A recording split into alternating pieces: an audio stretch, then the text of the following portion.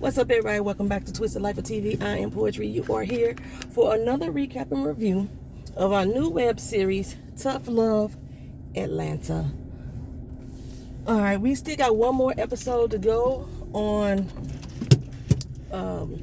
Soul Ties, and that will be coming soon. But let's go ahead and jump right on into Tough Love. Tough Love, I'm going to be doing in the car every week. All right, so hopefully I don't cuss too much at people driving. So, from what I've learned about Tough Love, this is a series with different installments in different cities. The last one, and it may be the most popular one, is Tough Love New York. I have never watched it. But I decided to go into the comment sections of this first episode and see if I can get a little feedback, a little background.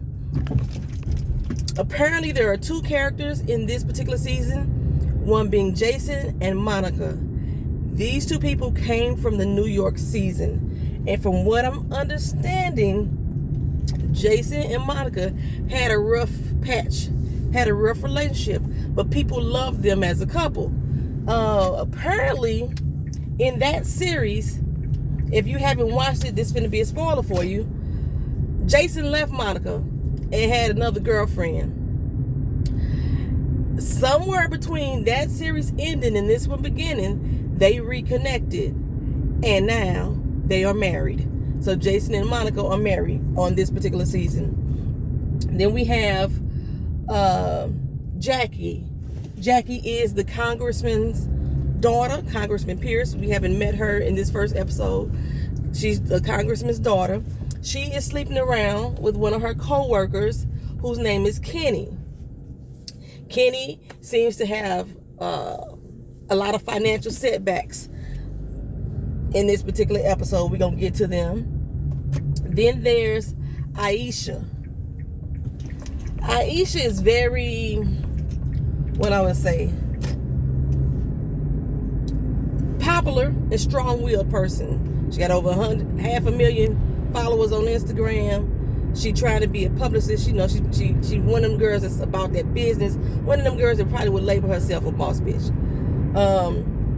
Then there's also Drew and Lisa, who are a couple. Drew is, I don't think he's the shit. This is the best way that I can describe him, and I don't see it. I don't see it for Drew, and I don't see it in Drew. His Lisa is like a quiet little mousy type of chick. Everybody in the comment section of the first video was like, "Oh, I really warm up to Lisa. Oh my goodness, she's so sweet." I don't like her. This person almost hit me. I don't like her. I don't like Lisa, and I'll tell y'all as I'm going through the video why. And I'm gonna guess Trey may be a reoccurring character. Trey is the owner of a restaurant or the manager of a restaurant. I'm not sure what is his exact title, but they said owner, so he's the owner of the restaurant. He looks like Jay or Tay. What is the guy name? I think it was Tay from the TV series Ultimatum. He kind of reminds me of him in the face, the way he looks. For some reason, I think I've seen Kenny before. I don't know why. And at least the guy Drew kind of reminds me of, not Cuba Gooding. What's it? Omar Gooding. He got to remind me of Omar Gooding in the face for me. Am I missing anybody? So that's all our characters. All right, so we start this episode off. Oh, the episode does not have any titles to the series.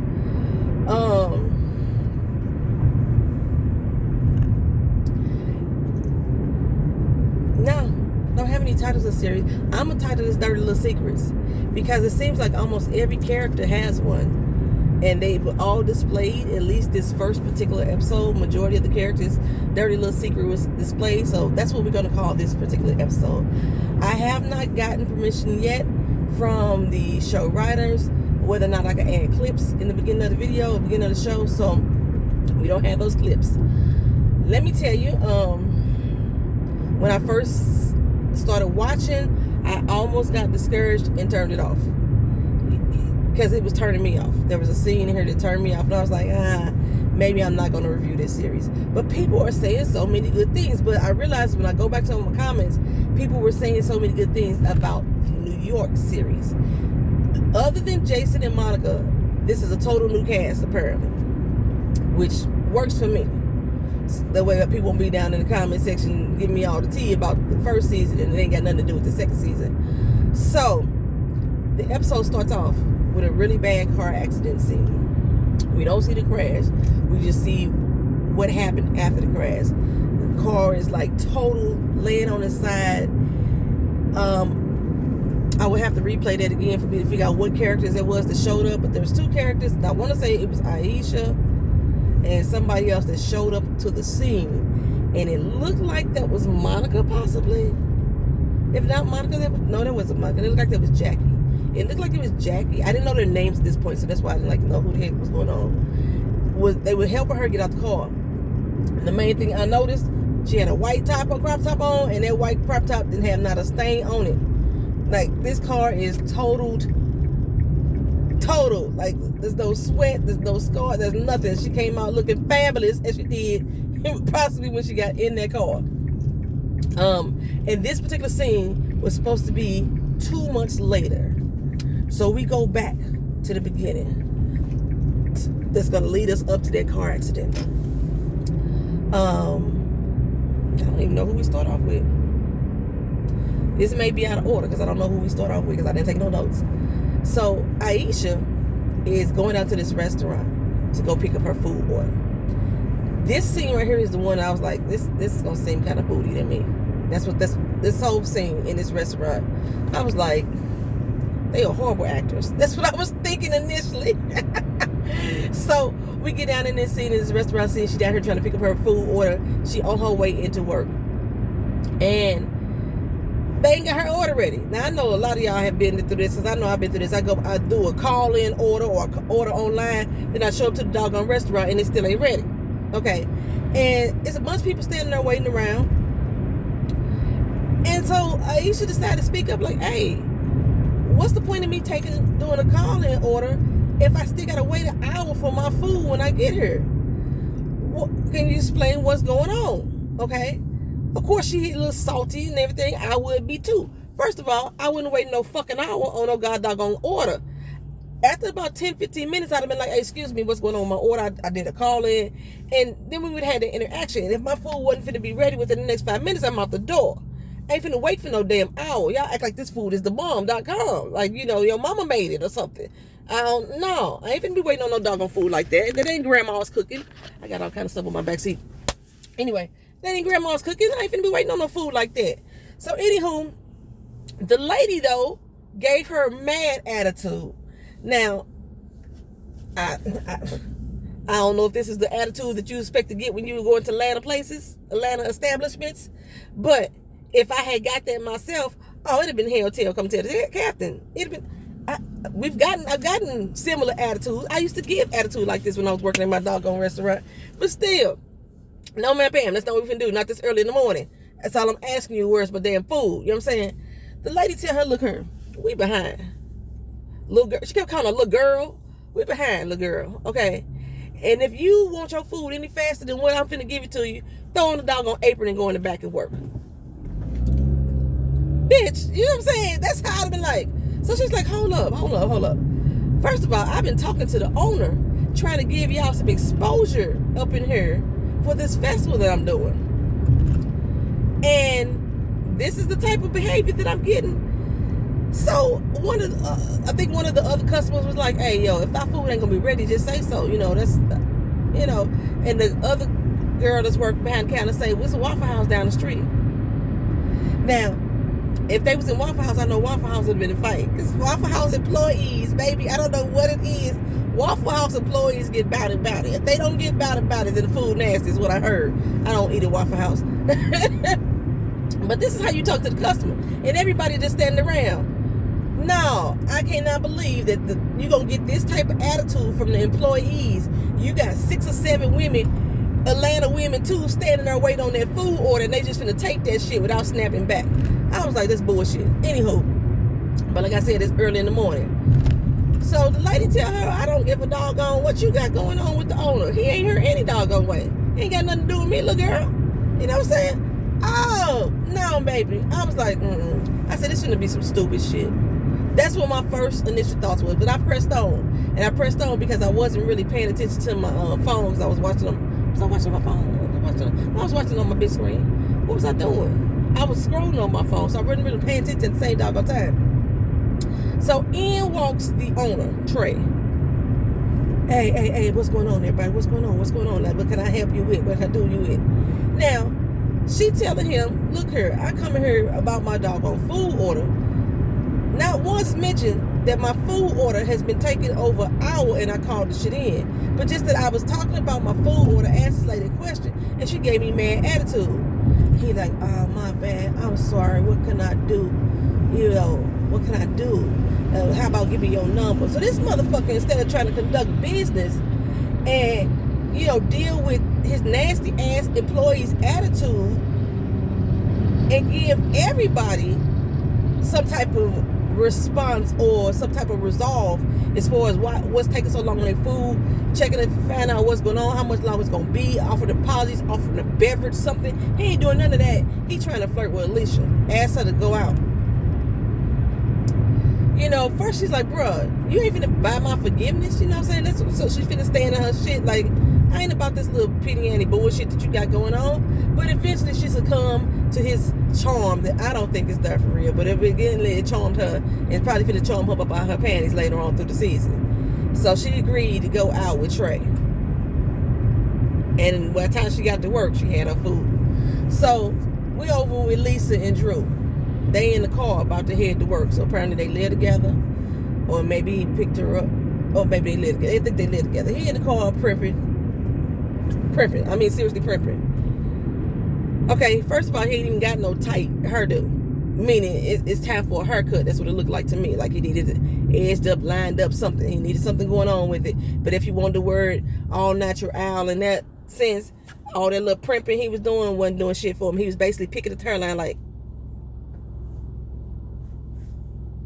that's what he was basically doing.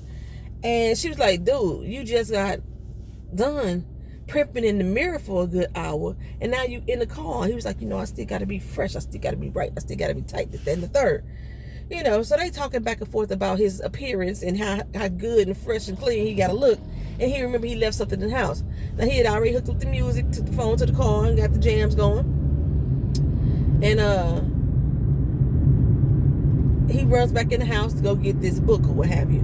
Well, when he goes back in the house, his phone like immediately rings. Now, where he was at, he should have heard that phone ring because again, the phone is hooked to the car. But still, I would digress. So he goes back there, and the phone rings, and it says Corner Deli on the phone. Now y'all know, y'all hide, y'all sneaky links. That's what they call them these days. Y'all sidekicks, y'all side pieces. Your significant other, your booty calls, you hide them under a different name, a random ass name in your phone. Like, in matter of fact, some of the people that I was messing with on the real, like my mains, had fucked up names in the phone. I would put in the phone where I met them from, and I never changed their name in the phone as long as the relationship progressed. Like my last dude, I called that motherfucker St. Louis. He was St. Louis the whole time. I met him in another country, but he's from St. Louis. I put St. Louis in the phone. I'm saying, I do that with a lot of people. My mama, if you go into my phone, you would not know which one is my mama based off what's in the phone. I think at my daughter's phone, I'm the birth giver or the womb something, the womb incubator. I'm something. It's something weird. Okay. But most cases you hiding people in your phone when you do things like that. So, Corner Deli pops up. Lisa decides to answer his phone. Okay, I said, okay, so they in a deep relationship because she comfortable with answering his phone. But then again, she didn't seem comfortable. She was like, hello? Why are you scared? Answer the phone with confidence. Hello? And the girl's like, who is this? And why are you answering Drew's phone? See the confidence on the other side of the line? And she was like, who are you? And why are you calling my boyfriend's phone? The girl's like, your boyfriend? Hold up, sis. I was just with him the other night. We've been together for a whole lot of nights. And of course, Lisa is like taken aback. Like, what you mean? You've been together. What you talking about? The girl say, look, hold up. I ain't got no time to be going back and forth with you. Tell him I call. She said, it can't be that serious because he doesn't even have you saved in his phone. He do got her saved in the phone. He got her saved in the phone at the corner deli. Soon as she hang up the call, Drew come back out to the car. He get in the car, and she like this now. Looking out the window, can't stare in his eyes. And he like, what's wrong? What's up? She about to break down in tears, y'all, in the car. Ain't saying nothing. I can't stand people like this. I can't. It probably was no point to have an argument. And maybe she just needed to get to work that morning. I don't know what it is. She needed to ride to work. But her continuing actions throughout the episode made me realize that she just this gullible ass chick that I just don't vibe with like that. I just don't vibe with him like that. And people's like, oh, she's so sweet. He gonna run over her. She ain't sweet. She a fool. That's what she is. She's a damn fool. That's what she is. So they ride all the way to the job. Once they get to the job, then they having a conversation about who Deli Girl is. And he like, I don't know that girl. I ain't messing around with that girl. And she was like, well, she seems to know you. Does she know about me? He's like, hell yeah, she knew about you. Now this the thing, right? If this girl ain't nobody but somebody from the corner deli, then why would she know about your girlfriend? Why at all would she know about your girlfriend? Why would we be having a conversation that deeply about my relationship? He says, look, she was trying to hit up on me and I was trying to get some free food and get some good deals. So I took her number. But ain't nothing going on with that. You know what I'm saying? That's all she is the deli girl. Give me some free food. I sweet talk people. I flirt. You know I do this, right? And so Lisa's like, well, if she ain't nobody, then let me see your call log. He's like, my call log. Now, you know doggone well that I told you my phone went down. My phone got wiped out. I ain't got no phone numbers, no text messages, none of that stuff. All that stuff got dropped out of my phone. She said, but you still got her number in there. It's still locked in. He's like, look, I ain't got time for this today. That's not what we finna do. I ain't messing with that girl. I told you that. She's like, okay, Drew, fine. Now, it's been eating her up the entire day. It's eating her up the entire day. But still, I was like, girl, no. No, you're not this gullible, Lisa. Please don't tell me that you're this gullible. I can't stand the gullibility. I know that ain't the word, but I can't stand it the whole doggone season. It's gonna get on my fucking nerves. Anywho, they make it into work. Well, at work, we got Jack and Kenny already there. They already in the break room, wilding the fuck out. Like, getting it the fuck in. It's 7 o'clock in the morning or 8 o'clock in the morning, and they in there, bog. You know what I'm saying? Kenny throwing her back into it and shit like that. She up on the wall, and I was like, she ain't into this. That's what I saw in her face. She, of course, she moaning and groaning. You do that naturally sometimes when you're having sex and you still get feelings. But she didn't seem like she was that into it. He tried to kiss her. She moved his head. I said, oh, she really ain't that into him. Then I learned later on through the episode, it's not that she ain't that into him. She is an emotional paraplegic. She is trying not to have feelings for somebody. And she feels like kissing you would give you feelings. So I'm quite sure they ain't doing no fellatio. But, they break it down. At least 2 or 3 times during the screwing scene, he tried to kiss her and she was like, block that, but keep it going. Now, mind you, they at work. So they going to, I can't say they went to the restroom because they're in the same place together. I guess they washing up in the break room. He fixing up his clothes and she fixing up her and everything. And they have a discussion about why she won't kiss. And again, like I said, she said it's supposed to be just a smash and dash. That's all we supposed to be doing with each other. You can't handle this type of relationship? Let me know so I can move on. He's like, no, I'm good. I was just curious because I know my breath don't stink. You know what I'm saying? I wash my teeth every morning, brush my teeth every morning. And so I was just curious of what's going on, why you don't like to kiss. And it's basically because she said she want to make sure she don't catch no feelings. Throughout the episode, I'm saying she catches feelings. She just don't want to admit it, but she catches some feelings. Okay, so then we get to finally meet Jason and Monica. Jason and Monica is rolling. He taking her out. I don't know if it was her birthday or just a special day, and he got her blindfolded. And he done bought her a Benz, baby. Got the big red bow on the car and everything. Bought her a nice little Benz. And she's so excited and so happy. She's like, oh, which, baby, I can't wait to ride around in this car. Well, we go back inside and learn that Jason can't really afford that damn Benz. I mean, he could, but he really can't. Because Jason done took out $1 million in PPE loans. And they want their damn money back. You know how when everybody was doing COVID, they was taking out all these doggone loans and getting all this money that they weren't supposed to be using. Well, apparently, he thought he had a loophole around the system, and they done caught up to his ass. Now they want their $1 million back. Now, if the government want to get their $1 million back, I forgot who was issuing the PPE loans. I thought it was the IRS. They gonna get your ass, baby. But if the government is coming trying to get you these loans, this money back from you, how you out buying brand new businesses and stuff? Like, how you doing that? Make it make sense. I don't get it. I don't understand. Okay, and you know Monica is very concerned about the goddamn loans, but Monica ain't saying you need to take this fucking car back. She didn't say that. She said I can't wait to ride around town in this baby. All right. So then they start discussing the team. You know, Jackie and Aisha and all them. Those are I can't say they probably paid interns because they work. Because she said they're fellows.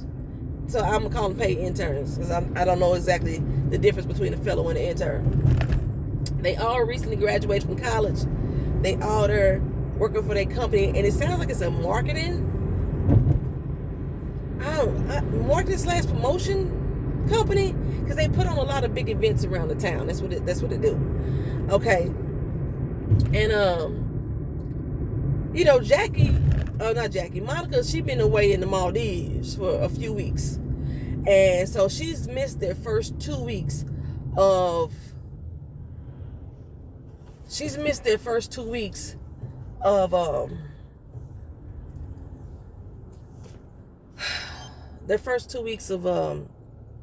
somebody is in two different lanes. It's pissing me off. They missed their first 2 weeks of their session, their fellowship session. And so now she's trying to figure out where they all at because they putting together a big festival that's, you know, supposed to be, you know, hot for the city. And apparently they ain't nowhere. In these 2 weeks, they ain't even locked in no vendors. They haven't locked in no food. Well, that's vendors and food. They haven't locked in any acts. They don't even have a venue at this particular point. And she like, what the fuck y'all doing? You know what I'm saying? What y'all doing with my time? Now, her and Jason had just decided in the background that they are going to give them a different incentive to get some fire on their ass. And what their incentive is, they're going to pay off somebody's student loan. How you paying off somebody's student loans and buying brand new business when you owe $1 million to the government? I just don't understand it, Jason. Where's your mind at? And Monica, I know, like you said, you got concerns about all this, but you flow with it. Make it make sense. Make it make sense. Okay, so after they're hearing the disappointing news that they ain't have shit in these past couple weeks done, nothing, and they hear this incentive, they decided, okay, talent is the first thing that we need to do. Because talent will bring all the boys to the yard. You know, it's like the milkshake. It's gonna bring everybody to buy some tickets and everything. And it's this new entertainer named Theo that's out there that, you know, Aisha really love and Jackie really love. You know, Drew hating on him. You know, he think he corny. But the dude got over 1 million followers and he's signing to his label today. So they're going to go down there and try to crash his label signing party to get him to sign up for the festival. Okay. So Jackie, like I said, she's the congressman's daughter, so she wants to use her mama's name as influence and pull. And Kenny, he said he can go with her and pretend that he the brother. Aisha, like, you know, I'm finna be his next PR manager, so let me go to her and sign my artist. Drew said he know a girl that works down at the record label from way back. You know, he had to make sure he stressed way back to Lisa. And he can probably got on a sweet talk or whatever and get them in. Okay, so they all off. Lisa got a problem with the fact that he finna sweet talk this girl. You gonna do this right in front of my face? He was like, look, with your ex-girlfriend. He said, it's not my ex. Somebody I knew from back in the day. Yes, I'm finna sweet talk her to get us in. You ain't have no suggestions to throw out there. So Lisa got upset and she decides to walk the fuck off. Okay. But they got a job to do. So down here, Aisha down here, she's sweet talking to a girl at the reception desk. And like, you know what? I got a followers and I'm his PR person. He told me come down here for his little party and everything. He want everybody to see this, and bam bam, I show you my social media. Girl, let me follow you, and then she basically charmed the girl and said, okay, she got back there. Then Jackie come in with her influence and she want, hey, my mama this person, this, that, and third. I got the right to come back in here because my mama this, that, So they get there. Her and Kenny get back there. But they didn't get too far. They get stopped at the door.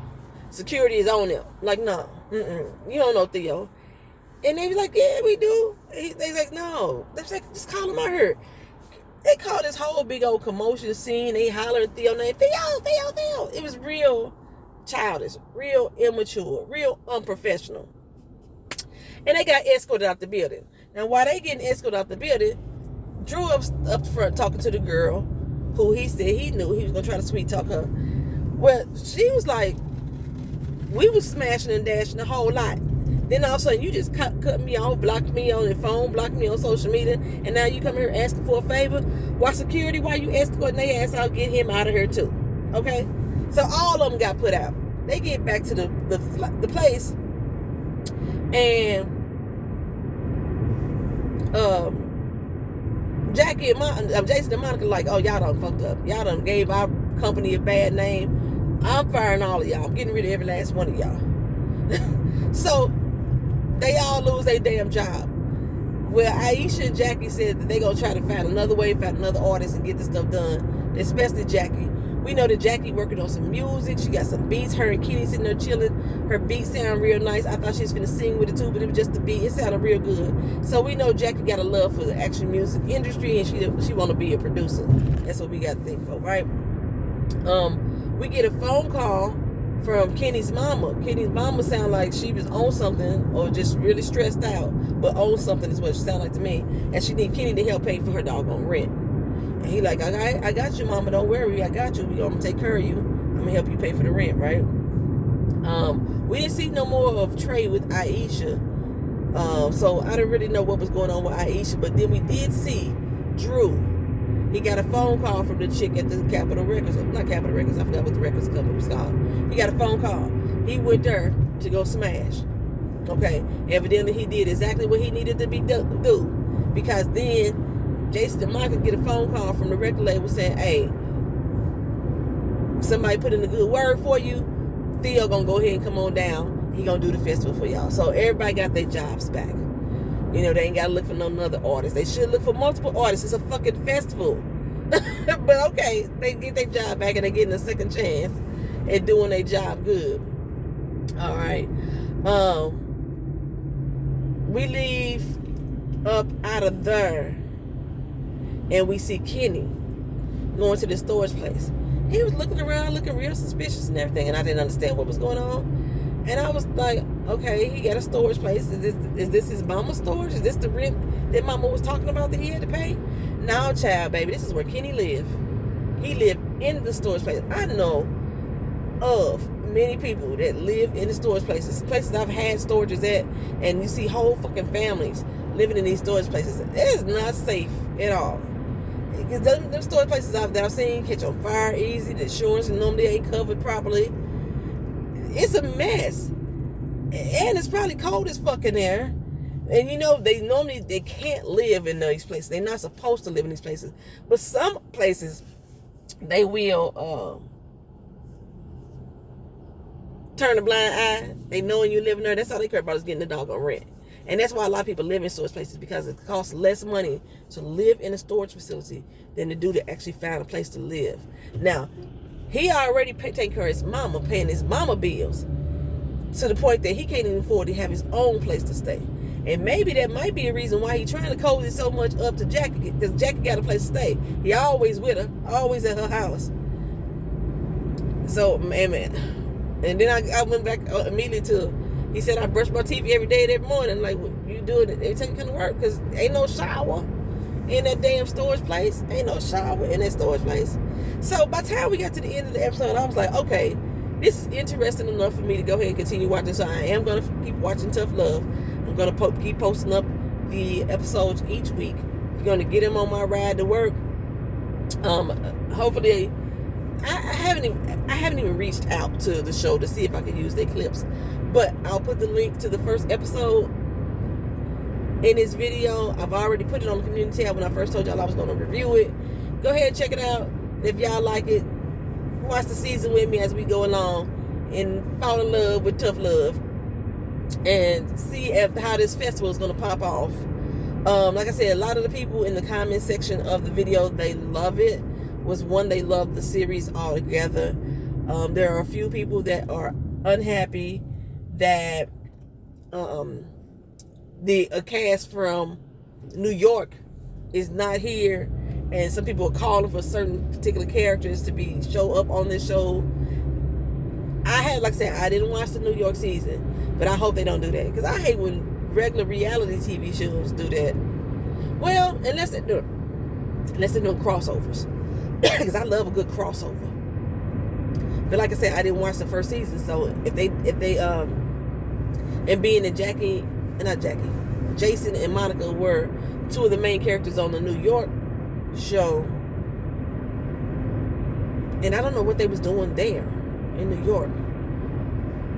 Anywho, it's worth watching. It has like a comedic edge to it. We already see it's gonna have some messy drama that's gonna be popping up off in here.